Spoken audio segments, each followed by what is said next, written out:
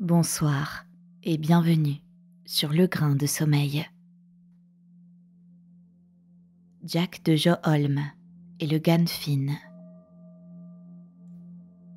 Du temps de nos ancêtres, lorsque les terres du Nord foisonnaient d'épaves de vieux navires coulés et que les gens devaient acheter des sacs de vent favorables au vieux sorcier Labon Ganfin pour naviguer, il était imprudent de prendre la mer en hiver.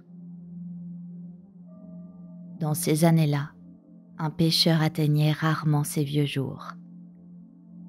Les femmes et les enfants, les boiteux et les invalides étaient principalement enterrés dans le sol. Les autres finissaient perdus au milieu des flots. L'équipage d'un navire en provenance de Tchoto, dans le Helgeland, peinait à rejoindre les îles Lofoten orientales. Cet hiver-là, les poissons n'avaient aucune intention de mordre. Les hommes attendirent pendant des semaines, et même un mois entier, avant de se résigner à rentrer chez eux les filets vides. Parmi eux, Jack de Joholm rejeta cette idée, affirmant que si les poissons manquaient ici, ils en trouveraient sûrement en remontant plus au nord. Ils n'avaient pas pagayé jusqu'à un lieu si reculé pour épuiser leurs provisions, disait-il. L'homme était jeune et était à sa première expérience de pêche, mais ses propos étaient sensés et il réussit à convaincre le chef des pêcheurs. Ils mirent donc le cap sur le Grand Nord. Le nouveau territoire de pêche ne fut guère plus favorable que le précédent, mais ils étaient désormais partis trop loin et n'avaient plus de nourriture. Cette fois, ils insistèrent tous pour abandonner et faire demi-tour. « S'il n'y a pas de poissons ici, nous en trouverons certainement plus au nord, » commenta Jack. « S'ils ont nagé jusqu'ici, les bancs de poissons ont dû bien se rendre un peu plus loin. » L'équipage tenta sa chance d'un site de pêche à l'autre, avant d'atteindre le Finnmark. Là, une tempête s'abattit, et malgré leur recherche d'un abri sous les promontoires, ils furent contraints de reprendre le large. Les choses commencèrent à prendre une mauvaise tournure, et ce fut un moment difficile pour tous. Encore et encore, la proue du bateau était poussée vers le bas par les fortes vagues, et plutôt que de les surmonter, le bateau finit par sombrer à la tombée de la nuit. L'équipage se retrouva assis sur la quille, déconfit, au milieu de la mer déchaînée, reprochant à Jack de l'avoir mené à sa perte. Que deviendraient leurs femmes et leurs enfants maintenant ? Ils allaient périr car personne ne s'occuperait d'eux. Quand vint l'obscurité, leurs mains commencèrent à se raidir, et la mer les emporta, l'un après l'autre. Jack vit et entendit tout, du premier cri étouffé au dernier bruit sourd. Et jusqu'à la fin, ses compagnons ne firent que le blâmer de les avoir entraînés dans une telle déroute. « Je dois tenir bon », songeait Jack, estimant qu'il valait mieux être dans ces conditions qu'au fond de la mer. Il serra ses genoux contre la quille et se cramponna si fort qu'il perdit toute sensation dans ses mains et ses pieds. Dans cette nuit noire et venteuse, il crut entendre les cris d'autres marins de l'équipage. « Ils ont des femmes et des enfants eux aussi, » pensa-t-il. « Je me demande s'ils n'ont pas eux aussi un Jack à incriminer. » Vers l'aube, toujours cramponné, il lui sembla que les restes du bateau à la dérive étaient poussés par un fort courant vers la terre, et finalement, Jack toucha le rivage. Mais, de toutes parts, il ne voyait qu'une mer noire et une étendue blanche et neigeuse. Désorienté, il remarqua la fumée d'une hutte, à demi cachée par une falaise au loin. Il partit donc dans cette direction. Le Finnois qu'il trouva dans cette hutte était si vieux qu'il parvenait à peine à se mouvoir. Assis au milieu de cendres chaudes, il soufflait dans un grand sac sans mot dire. De gros bourdons jaunes vombrissaient autour de lui, comme en plein été, et une seule fille s'occupait du vieil homme pour lui donner à manger ou alimenter le feu. Ses petits-enfants étaient partis avec les reines, très loin, dans le field, le plateau rocheux et désert. Au sein du refuge, Jack put sécher ses vêtements et profiter d'un repos bien mérité. Si la jeune fille Lapone, Seimke, ne put faire beaucoup pour lui, elle lui offrit néanmoins du lait de renne et des os pour en sucer la moelle, puis le fit s'allonger sur des peaux de renard arctique. L'endroit était chaud et confortable, rempli de fumée. Mais alors qu'il se reposait, à mi-chemin entre l'éveil et le sommeil, il lui semblait que beaucoup de choses étranges se passaient autour de lui.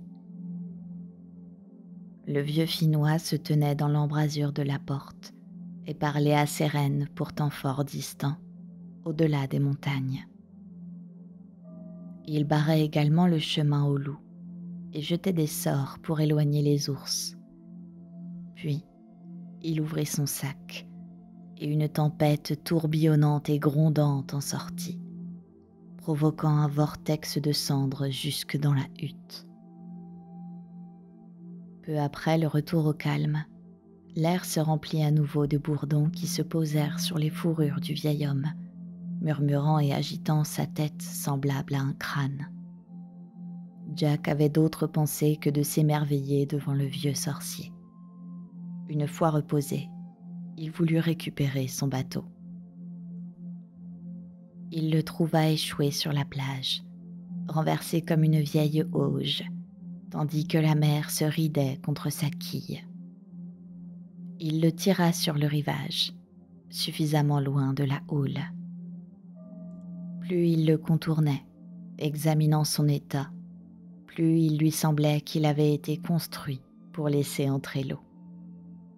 La proue ne se serait pas mieux enfoncée sous l'eau que le groin d'un cochon, et le bordage de la quille était aussi plat que le fond d'un coffre. Il se mit ainsi à penser que la proue nécessitait d'être plus haute d'au moins 2 planches et d'avoir une forme pointue et flexible, afin de pouvoir se plier sous les vagues et les fendre en même temps. Seulement ainsi, le bateau aurait pu affronter la mer en toute sécurité. Il y songeait jour et nuit. Seules les discussions avec la jeune fille finnoise en début de soirée parvenaient à le détendre. Il réalisa que Seimke nourrissait des sentiments pour lui. Elle le suivait partout où il allait, et ses yeux se glaçaient de mélancolie dès qu'elle le voyait partir vers la mer, consciente que tous les efforts de Jack étaient tournés vers son départ. Le vieux sorcier, quant à lui, psalmodiait entre les cendres, si bien que sa veste de fourrure dégageait de la fumée, risquant de le brûler. Seimke réussit à force de cligner ses doux yeux bruns et de prononcer autant de phrases mielleuses que possible à attirer Jack à l'intérieur de l'écran de fumée, où le vieux Finnois ne pouvait les entendre. Le Ganfin tourna la tête. « Mes yeux sont fatigués, et la fumée les rend encore moins fiables, affirma-t-il. Qu'est-ce qui étreint Jack ? Dis-lui que c'est le lagopède que tu as trouvé dans le piège, lui chuchota-t-elle. Jack la sentit se presser contre lui, réalisa qu'elle tremblait. Puis, elle lui parla avec une voix si basse qu'il eut à peine à distinguer ses mots de ses propres pensées. Elle lui révéla que le sorcier courroucé murmurait des malédictions, des joiks, contre le bateau que Jack entendait construire. Si le garçon parvenait à l'achever, ajouta-t-elle, Ganfin ne pouvait plus vendre ses poches de vent favorables dans les terres du Nord. Enfin, elle lui conseilla de se montrer prudent et de ne jamais se mettre entre le lapon et ses bourdons ensorcelés. Jack redoutait que le bateau ne le menât à la ruine. Mais plus les choses tournaient mal, plus il œuvrait pour les améliorer. Dans l'aube grise, avant le réveil du sorcier, Jack partit en mer. Il y avait quelque chose d'étrange dans ces collines enneigées. Elles étaient si nombreuses, les unes après les autres, qu'elles semblaient ne pas avoir de fin. Il avançait péniblement, s'enfonçant dans la neige profonde, incapable d'atteindre la côte. Jamais auparavant, il n'avait vu les aurores boréales durer aussi longtemps en journée. Elles étaient brillantes et éblouissantes. Les fines langues de feu s'étiraient vers lui en sifflant. Incapable de trouver le bateau ni même la plage, il n'avait aucune idée de l'endroit où il se trouvait. Il finit par réaliser qu'il marchait depuis longtemps à l'intérieur des terres, plutôt que vers la côte. Et au moment de se retourner, un épais brouillard s'éleva de la mer et l'enveloppa, si dense et gris qu'il n'apercevait plus ses mains ni ses pieds. L'après-midi, épuisé, il ne savait comment sortir de cette situation. Et le soir venu, les congères se firent plus hautes. Alors qu'il était assis sur une pierre, réfléchissant à la manière de sauver sa vie, une paire de bottes de neige glissa doucement vers lui, hors du brouillard marin, et s'arrêta juste devant ses pieds. « Comme vous m'avez trouvé, vous pourrez également retrouver mon chemin, » pensa-t-il. Ainsi, il les enfila et les laissa se frayer un chemin à travers les collines et les falaises abruptes, sans intervenir d'aucune façon. Plus il allait vite, plus les flocons de neige et les embruns le frappaient, les coups de vent l'arrachant presque de ses bottes. Il gravit les collines et descendit dans les vallées, retraçant le chemin emprunté la journée. Et parfois, il avait la sensation de n'avoir aucun sol solide sous lui, comme s'il volait dans les airs. Soudain, les bottes de neige se figèrent, et Jack réalisa qu'il se trouvait devant la cabane de Ganfinn. Seimke l'attendait dehors. « J'ai envoyé mes bottes à ta recherche, » lui dit-elle, car le sorcier avait jeté un sort pour t'empêcher d'atteindre le bateau. Tu n'as pas à craindre pour ta vie puisqu'il a accepté de t'offrir son hospitalité. Mais mieux vaut pour toi d'éviter de le rencontrer ce soir. Pour le dérober à la vue du Finnois, elle le fit entrer en douce, en pleine fumée, et lui donna à manger ainsi que des peaux pour se reposer. Jack se réveilla soudainement dans la nuit, au son d'un bruit étrange. Il y avait un bourdonnement et un chant lointain dans l'air. Le Finnois, le bateau n'ensorcellera pas. Le bourdon, le marin ne trouvera pas. Mais perdu dans la neige, il errera. Le vieillard s'assit parmi les cendres et murmura ses joiks jusqu'à faire trembler le sol, tandis que Seimke, le front collé au sol et les mains jointes derrière la nuque, lançait des malédictions au dieu des lapons. Jack comprit que le Ganfinn le recherchait toujours là dehors, au milieu de la neige et des vapeurs marines, et qu'il était résolu à lui nuire avec ses sorts. Il s'habilla avant le lever du jour et sortit, revenant le soir tout couvert de neige, disant être parti à la chasse aux ours dans leur tanière d'hiver. En vérité, il avait erré tout ce temps dans la mer de brouillard, marchant de long en large avant de retrouver la hutte, même s'il s'en était à peine éloigné. Le lapon, assis là, avait ses peaux tellement couvertes d'insectes que son corps semblait une ruche vivante. Après avoir été envoyés dans toutes les directions, ceux-ci avaient fait leur retour et bourdonnaient autour de lui. lorsqu'il vit Jack à la porte. Réalisant que ces créatures avaient trouvé leur cible, il se montra soudain plus doux, riant jusqu'à en secouer les peaux sur lui, et murmurant « Nous allons attacher l'ours sous l'évier. J'ai rendu ses yeux croches pour qu'il ne puisse plus retrouver son bateau. Je vais ensuite planter une épine de sommeil devant lui jusqu'au printemps. » Tout au long de la journée, Ganfinn se tint devant la porte, affairé à exécuter des gestes magiques et à frapper des coups en l'air. Il envoya en mission 2 de ses mouches, lesquelles s'envolèrent, laissant derrière elles une traînée noire et brûlée dans la neige. Leur rôle était d'apporter la douleur et la maladie dans une maisonnette située dans les marais, en propageant la maladie des lapons pour frapper une jeune mariée à Bodo. Jack commença à ne songer qu'au moyen d'avoir le dessus sur le Ganfinn. La douce Seimke pleura et le supplia, s'il tenait à sa vie, de ne jamais reprendre son bateau. Puis, elle finit par réaliser que tout cela était vain. Le garçon était résolu à partir. Elle lui baisa les mains et sanglota amèrement. Elle lui demanda d'attendre au moins le départ du Ganfinn pour Jokkmokk, en Suède.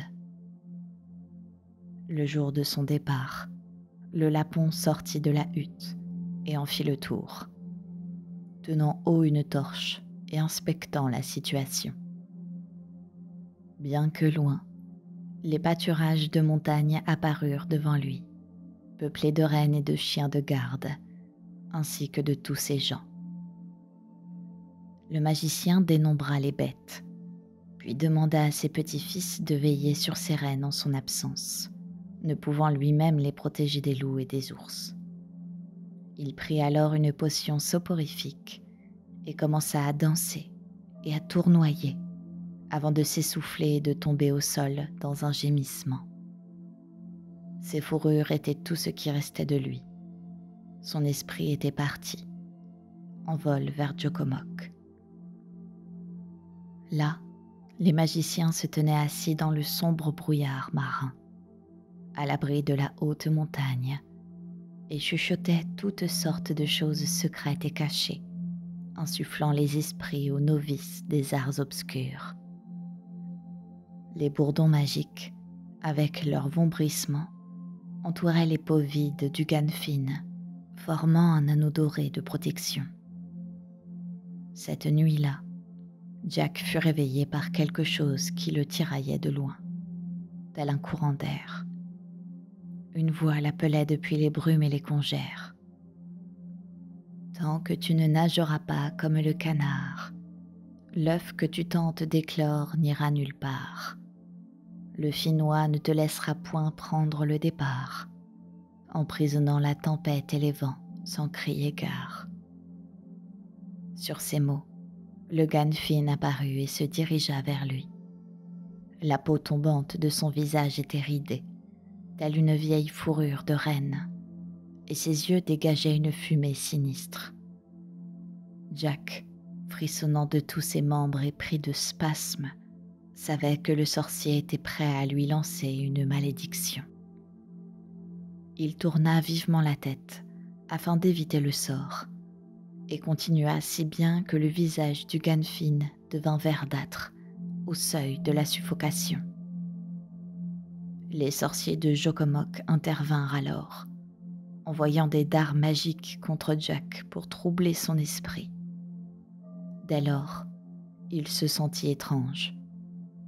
Chaque fois qu'il travaillait sur son bateau et réussissait quelque chose, une autre chose tournait mal. Sa tête finissait par lui sembler pleine d'aiguilles et de clous. Un profond chagrin s'abattit sur lui. Malgré ses nombreuses tentatives, il échouait dans la réparation du bateau et commençait à craindre de ne plus jamais reprendre la mer. L'été arriva. Jack et Seimke s'asseyaient ensemble sur les promontoires lors de chauds après-midi, et les moucherons bourdonnaient, Les poissons sautaient près du rivage et les canards nageaient paisiblement. Si seulement quelqu'un pouvait me construire un bateau aussi rapide et agile qu'un poisson, capable de naviguer à travers les vagues telle une mouette, alors je pourrais partir, déplora Jack avec un soupir. Veux-tu que je te guide jusqu'à Giotto ? Demanda une voix depuis la rive. Il y avait un homme étrange, portant un chapeau de cuir plat et retourné couvrant son visage. Non loin des rochers, juste à l'endroit où il venait d'apercevoir le canard, se trouvait un bateau long et étroit, avec une proue et une poupe haute. Les planches goudronnées se reflétaient clairement dans l'eau claire, au-dessous, et il n'y avait pas le moindre nœud dans le bois. « Je vous en serais très reconnaissant, » répondit Jack. Seimke se mit alors à crier et à s'agiter en s'accrochant à son cou. Elle lui promit ses bottes de neige, qui l'emmèneraient partout, et affirma qu'elle volerait les bâtons d'os du Gunfin, qui lui permettraient de trouver tous les trésors enfouis. Elle lui apprendrait à faire des nœuds magiques pour attraper les meilleurs saumons et à attirer les rennes de loin.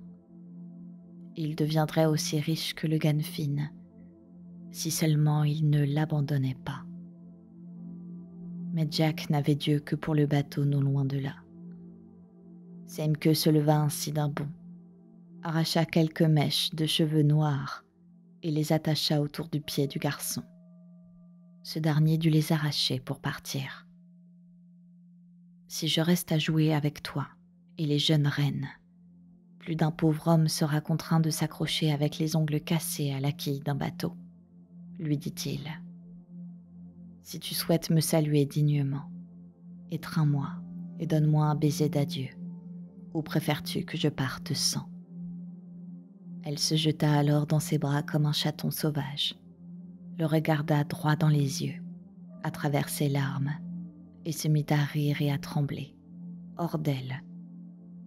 Réalisant qu'elle ne pouvait plus le retenir, elle s'enfuit et commença à agiter les bras en direction de la gamme. Jack comprit qu'elle appelait le Gunfin et qu'il ferait mieux de se réfugier dans le bateau avant que sa route ne lui fût bloquée. Le bateau, entre-temps, s'était approché si près de la rive qu'il n'avait qu'à faire un pas pour monter à bord. Le gouvernail se plia doucement entre ses mains, et quelqu'un à l'avant hissait et tendait la voile, sans que Jack ne pût voir son visage. Ils partirent aussitôt. Jack n'avait jamais vu un navire si rapide. Il semblait défier le vent. La mer calme s'étendait autour d'eux comme un épais manteau de neige. Rapidement, toutefois, un bourdonnement gênant se fit entendre dans l'air. Les oiseaux criaient et cherchaient refuge sur la terre ferme, et la mer se dressait comme un mur noir devant eux. Le Gunfin avait ouvert son sac des vents, envoyant une tempête droit vers eux. « Il faut toute la voile pour survivre dans le chaudron du Lapon », dit quelqu'un derrière le mât. L'étrange capitaine du bateau se souciait peu du mauvais temps, si bien qu'il ne prit qu'un seul point d'écoute. Le sorcier envoya alors un double nœud magique vers eux. Il convoqua un vent fort, mais le deuxième nœud convoqua une tempête. Ils foncèrent, engagés dans une danse sauvage, au-dessus du fjord, pendant que la mer s'élevait en colonne d'écume, atteignant les nuages. À moins que ce bateau ne pût voler plus vite qu'un oiseau, il était perdu. Soudain, un rire odieux se fit entendre à tribord. C'est ainsi que souffle fort le sorcier, et vers le sud nous sommes portés. Mais un trou dans son sac, il déplore. Avec 3 points d'écoute, nous virerons de bord. Des cris glaçants et des gémissements d'agonie mortelle répondaient au vent.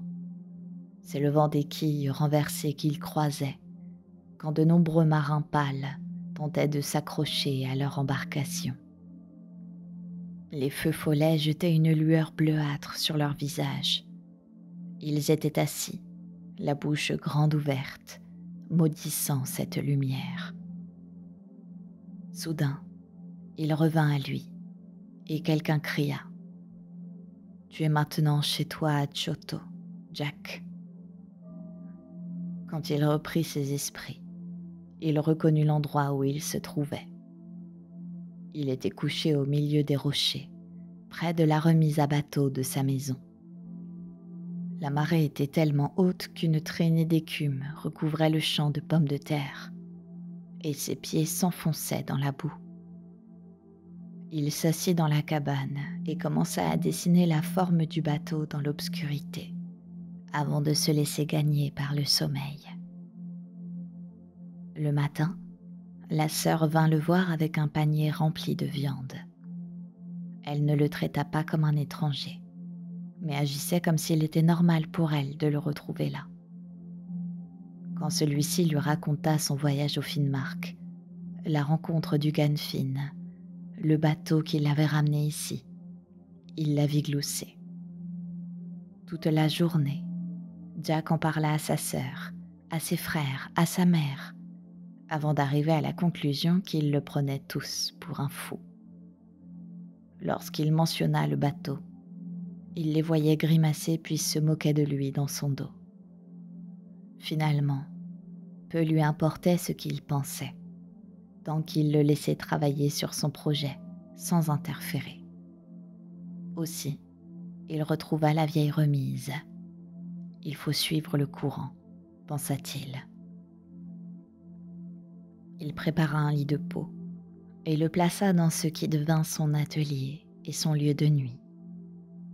La journée, il se suspendait à une poutre et se balançait, simulant la navigation.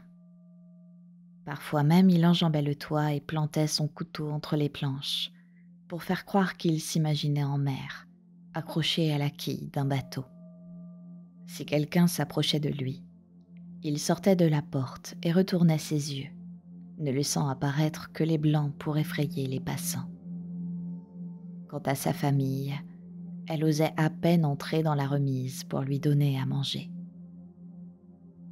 La joyeuse petite Malfrie lui tendait le panier et s'asseyait pour lui parler, s'amusant beaucoup quand Jack lui sculptait des jouets, pendant qu'il décrivait le bateau qui voguerait sur les eaux tel un oiseau, allant plus vite que tous les autres.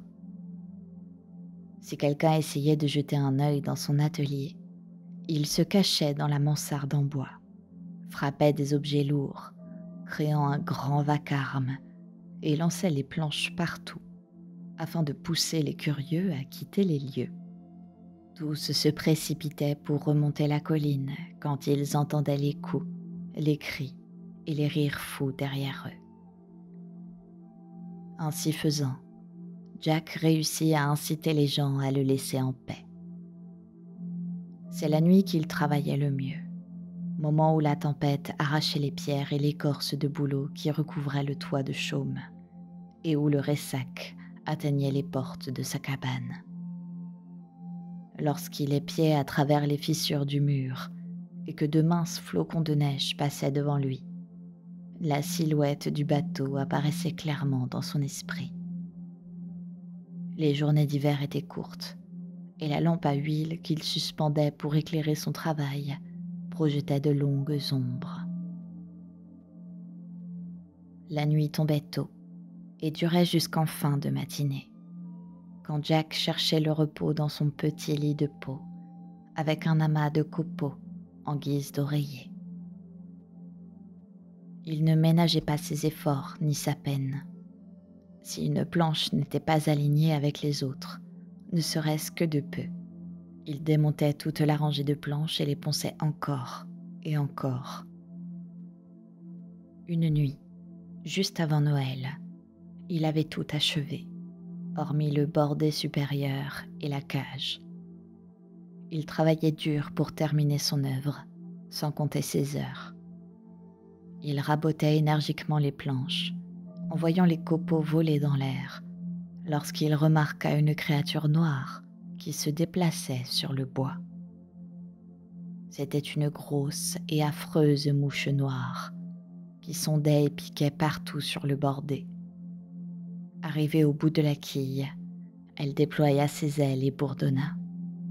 Elle s'éleva dans les airs, plana un instant, puis disparut dans l'obscurité. Le cœur de Jack fit un bond. Le doute et l'angoisse s'emparèrent de lui.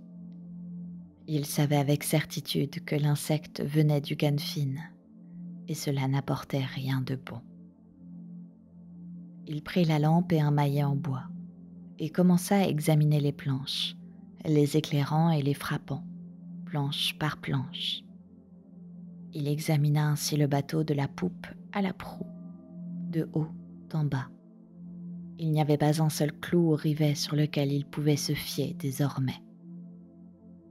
La forme et les proportions de son œuvre ne le satisfaisaient plus. La proue était trop grande et la coupe du bateau présentait une sorte de courbure ou de déviation qui lui donnait l'apparence de deux moitiés différentes assemblées, sans toutefois s'emboîter. Alors qu'il s'apprêtait à l'examiner de plus près et qu'il sentait la sueur froide couler à la racine de ses cheveux, la lampe s'éteignit et le plongea dans le noir. « Sonnes-tu pour moi, Jack ?» demanda quelqu'un. Il y eut un bruit derrière lui, telle une vague aspirant le rivage, et une rafale de vent froid entra dans la cabane.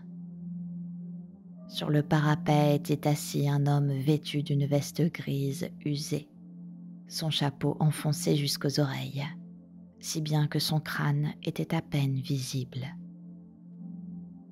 Jack frémit. C'était exactement l'être auquel il avait pensé pendant son accès de colère. Il ramassa le tonneau de flottaison et le lança violemment sur l'homme. L'objet le traversa et s'écrasa contre le mur derrière lui, puis revint, sifflant près de l'oreille de Jack, qu'il esquiva de justesse. L'étrange individu se contenta de plisser les yeux avec une expression sauvage. Jack cracha sur l'être dégoûtant, et la salive lui revint, mouillant son visage. « Voici ton crachat en retour », gloussa l'homme. Au même moment, Jack remarqua sur la rive un chantier naval en pleine activité. Et là, près sur l'eau miroitante, se trouvait un bateau à 8 rames si long, si poli et si brillant que ses yeux ne pouvaient que se remplir d'admiration. L'homme cligna des yeux en signe de satisfaction, et ses yeux devinrent plus brillants encore. « Si je pouvais te guider de nouveau jusqu'à Helgeland, proposa-t-il, je te rendrais riche et prospère. Tu n'aurais qu'à me payer une petite contribution, consistant à me laisser arranger la quille de chaque 7e navire que tu construis. » Jack se sentit étouffé. Il sentait que ce bateau le menait dans les griffes d'un être abominable. « Ou penses-tu que je te laisserais user de mes tours sans rien obtenir en retour ?» poursuivit l'homme avec un sourire grimaçant. Un fort bourdonnement s'ensuivit, comme si quelque chose de lourd planait au-dessus de la cabane. Puis il y eut un rire. « Si tu veux le bateau du marin, tu dois aussi prendre le bateau du mort.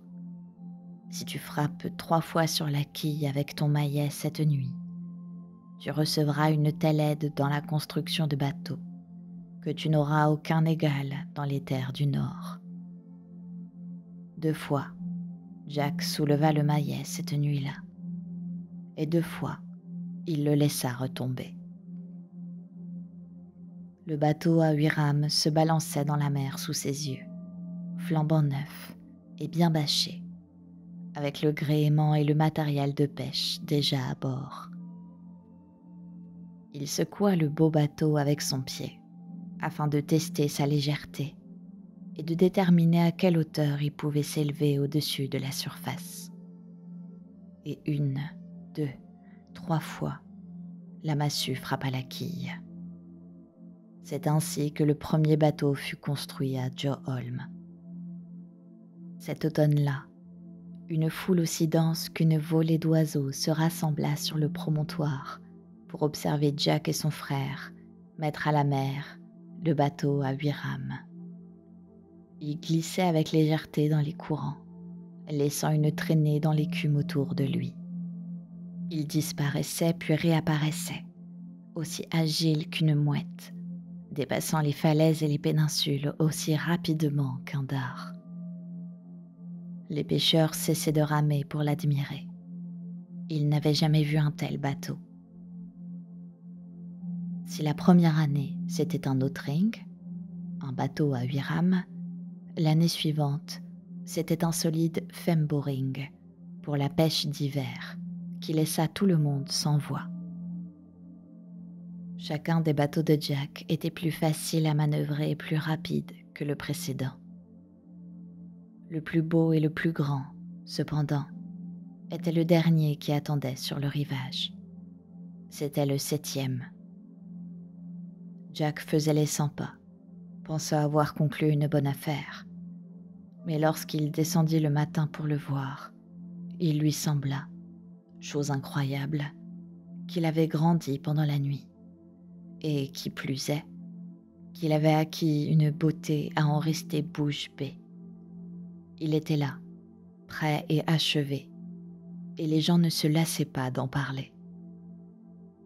Or, en ces années-là, le gouverneur d'Helgeland était un homme cruel qui affligeait le peuple de lourds impôts, exigeant le double du poids du poisson et du gibier, et n'était pas moins avide en matière de dîmes sur les céréales. Partout où ces hommes arrivaient, ils pillaient et saccageaient. À peine la nouvelle des nouveaux bateaux lui parvinrent, qu'il envoya des émissaires pour vérifier l'information, car il aimait lui-même aller pêcher avec de grands équipages.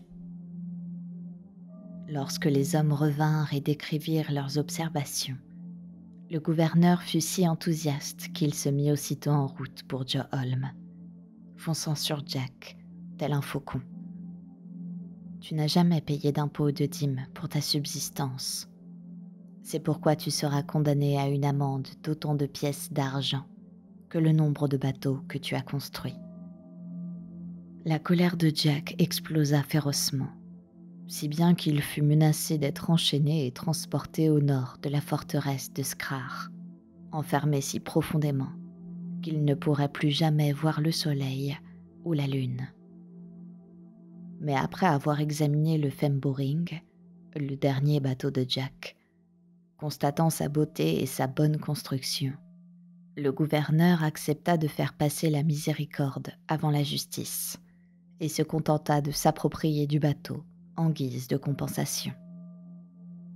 Jack ôta alors son couvre-chef et affirma que de tous les hommes qu'il connaissait, il n'aurait voulu donner ce bateau qu'au gouverneur. Le magistrat monta à bord et partit. La famille de Jack pleurait amèrement la perte du magnifique bateau. Mais depuis le toit de sa remise, Jack le regarda partir en riant aux éclats. L'automne n'était pas encore arrivé, et la nouvelle arriva que le gouverneur, avec son équipage de 8 hommes, avait sombré avec le Femboring dans le fjord occidental. À cette époque, il y eut un grand renouvellement de bateaux dans tout le nord, et Jack était incapable de construire ne serait-ce qu'un 10e des bateaux qui lui étaient demandés. Des gens venus de près ou de loin rôdaient autour de son atelier, et Jack leur rendait service en acceptant de nouvelles commandes. Une rangée entière de bateaux était prête à l'extérieur de la remise, près de la rive. Désormais, il ne se souciait plus de chaque 7e création, ni de savoir où elles étaient ou ce qui pouvait lui arriver. L'un d'entre eux coulait quelquefois, beaucoup d'autres voyageaient en toute sécurité, si bien que dans l'ensemble, il put faire de bonnes affaires. De plus, c'était aux clients de choisir leur propre bateau, et de prendre celui qu'il considérait être le meilleur. Jack devint si riche et puissant qu'il était peu judicieux de le menacer ou d'interférer dans son travail. Des piles entières d'argent étaient accumulées dans les coffres de son grenier, et son entreprise de construction de bateaux s'étendait désormais à toute l'île de Joholm. Un dimanche, son frère et la petite Malfrey embarquèrent sur un femboring pour aller à l'église. En début de soirée, n'étant pas revenu, un marin suggéra à Jack de partir à leur recherche, car le vent se levait. Jack était assis, un fil à plomb dans les mains, prenant les mesures pour une nouvelle création vouée à être la plus imposante que toutes les autres. Ainsi mieux ne fallait-il pas le déranger. « Crois-tu qu'ils sont partis sur un vieux rafio délabré ?» cria-t-il, et le marin fut renvoyé aussi vite qu'il était arrivé. Cette nuit-là, cependant, Jack resta éveillé et aux aguets. Le vent hurlait et faisait trembler les murs. Il crut entendre des cris en provenance du large. Soudain, quelqu'un frappa à la porte, appelant son nom. « Retourne d'où tu viens !» s'exclama-t-il en se retournant dans son lit. Un peu plus tard, il entendit le grattement de petits doigts sur la porte. « Puis-je au moins passer la nuit en paix ?» maugréa-t-il. « Ou dois-je me construire une autre chambre ?» Les coups et les grattements pour trouver le loquet continuèrent, et il y eut un bruit de frottement contre la porte, comme si on voulait l'ouvrir sans y parvenir. Les mains cherchaient la serrure, de plus en plus haut, mais Jack resta au lit et se mit à rire. Les femboring construits à Joholm ne coulent pas au premier coup de vent, s'écria-t-il. Le loquet cliqueta et la porte s'ouvrit. Sur le seuil se tenait la petite Malfrey avec sa mère et ses frères. La lueur des feux follets les illuminait, et ils étaient trempés de la tête aux pieds. Leur visage était pâle et bleuté. Les coins de leur bouche étaient tendus, comme s'ils venaient de connaître une mort agonisante. Malfrey avait un bras raidi autour du cou de sa mère. Il était lacéré et saignant, portant les marques de la dernière fois qu'on avait essayé de l'attraper. Elle criait et gémissait, exigeant de retrouver sa jeune vie. Jack comprit alors ce qui leur était arrivé. Il partit à leur recherche, dans la nuit noire et par mauvais temps, rassemblant toutes les personnes qu'il pouvait et mettant à contribution la plupart de ses bateaux. Ils naviguèrent et sondèrent tous les coins de la mer, en vain. Le jour suivant, le femboring regagna la côte. Il était renversé et avait un grand trou dans sa quille. Maintenant, il savait également qui était le coupable. Depuis la nuit où la famille de Jack fit naufrage, les choses changèrent à Joholm. Pendant la journée, tant que les marteaux, les scies et les rabots résonnaient à ses oreilles, les choses se déroulaient tranquillement, et de nouvelles silhouettes de bateaux affluaient comme des oiseaux de mer.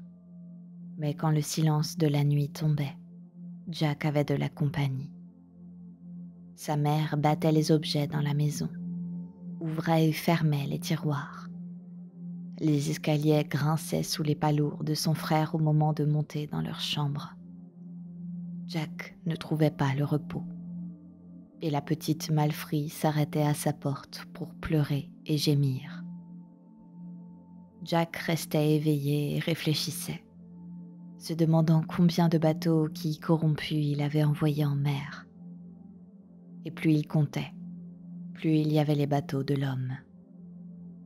C'est alors qu'il se glissa hors du lit et se faufila dans la nuit noire jusqu'à la remise. Là où il alluma une lampe et commença à battre et attister toutes les quilles avec le maillet, afin de déterminer quelles étaient les septièmes. Aucune des planches ne paraissait céder. Elles étaient solides et flexibles, et le bois était blanc, en excellent état, même une fois le goudron gratté. Une nuit, il se tournait et retournait avec tourment, pensant au nouveau bateau qu'il allait mettre en mer le lendemain matin, si bien qu'il ne trouva guère le repos avant de descendre et vérifier les planches avec son maillet. Assis dans le bateau et penché sur la barre avec une lanterne, il entendit un bruit étrange venant de la mer, suivi d'une terrible odeur de pourriture. Au même moment, il entendit le son de nombreux pieds dans l'eau, comme si de nombreuses personnes se dirigeaient vers la rive. Et finalement, il remarqua un équipage entier qui s'avançait. Ces êtres, tout courbés, se penchaient en avant, les bras tendus vers eux. Tout ce qui se trouvait sur leur chemin, que ce fût un rocher ou autre, ils le traversaient sans un bruit. Derrière eux, d'autres équipages, petits et grands, composés d'adultes et d'enfants, avançaient en crépitant et en grinçant. Les uns après les autres, les équipages suivirent le chemin qui les mènerait au promontoire.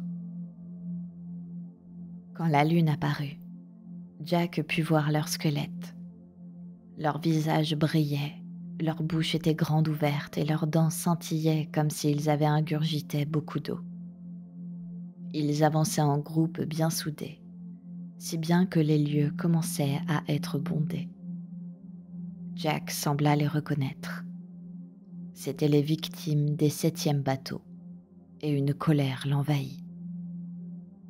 Il monta à bord et frappa son haut de chauffe en cuir, en criant « Vous auriez été bien plus nombreux si je n'avais construit aucun de mes bateaux. » Telle une bourrasque de vent glacé, ils vinrent vers lui, le fixant de leurs orbites vides.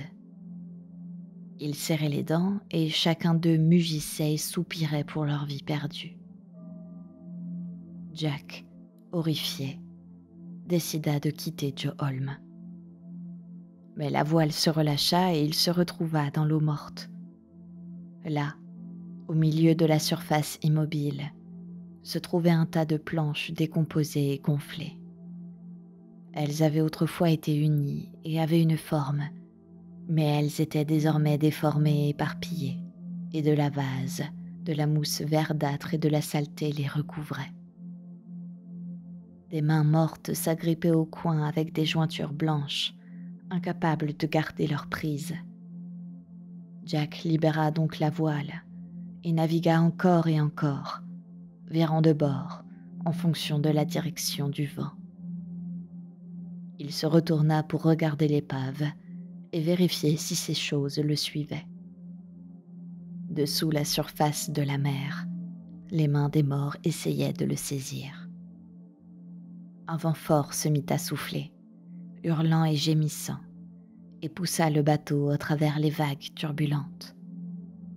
Le ciel s'assombrit, de gros flocons de neige remplirent l'air, et les décombres autour de lui devinrent plus verts. Le jour, il prenait comme point de référence les cormorans lointains dans la brume grise, tandis que la nuit, il hurlait à ses oreilles.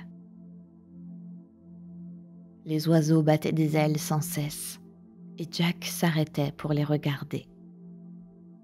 Le brouillard marin se leva quelque peu, et l'atmosphère commença à grouiller d'insectes bourdonnants. Le soleil brillait, et au loin, sur le continent, la plaine enneigée scintillait, reflétant le soleil.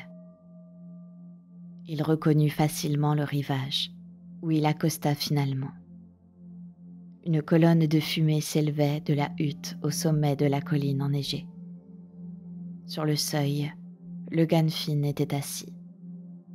Il soulevait sa capuche pointue, de haut en bas, de bas en haut, à l'aide d'un cordon, et sa peau craquait ce faisant. Et bien sûr, Seimke était là aussi.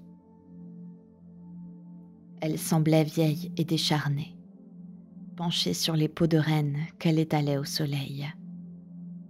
Elle jeta un coup d'œil par-dessus son bras levé aussi rapidement qu'un chat avec ses chatons, et le soleil l'éclaira, illuminant son visage et ses cheveux corbeaux. Elle bondit, se cacha les yeux avec ses mains et regarda en direction de Jack. Le chien aboya, mais elle le calma pour ne pas éveiller l'attention du Ganfin. Un étrange désir s'empara de lui, si bien qu'il descendit au sol. Il se rapprocha d'elle, et Seimke jeta ses bras autour de son cou, rit et trembla, se pelotonna contre lui, pleurant et priant, ne sachant comment réagir autrement à l'émotion. Elle enfonça sa tête dans sa poitrine, l'embrassa et le caressa, sans jamais le lâcher. Le Ganfin, cependant, avait remarqué une présence et se tenait assis parmi ses peaux, murmurant et donnant des ordres à ses bourdons magiques pour empêcher Jack d'approcher. L'homme était furieux.